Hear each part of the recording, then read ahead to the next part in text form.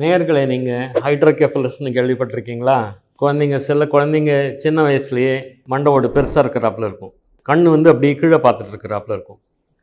இது ஏன் ஏற்படுது அப்படின்னு சொல்லப்போனால், சின்ன வயசில் மெனிஞ்சைட்டிஸ்ன்னு சொல்லிட்டு மூளைக்காய்ச்சல் வந்திருக்கலாம். இல்லை பிறவிலேயே இந்த மூளையில் இருக்கிற நீரோட்டம் பாய்ச்சல் பாதையில் தடை ஏற்பட்டிருக்கலாம். இதுக்கு ஹைட்ரோகெஃபலஸ்ன்னு பேர்.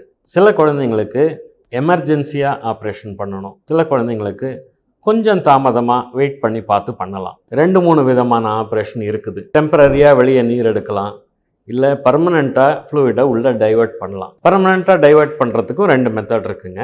ஒன்று எண்டோஸ்கோபிக் தேர்ட் வென்ட்ரிகுலராஸ்டமி அப்படின்னு செய்வோம். நம்ம காஞ்சி காமக்கோடி மல்டி ஸ்பெஷாலிட்டி மருத்துவமனையில் நுங்கம்பாக்கத்தில் இது பிரபலமாக செஞ்சு வந்துட்டுருக்கோம்.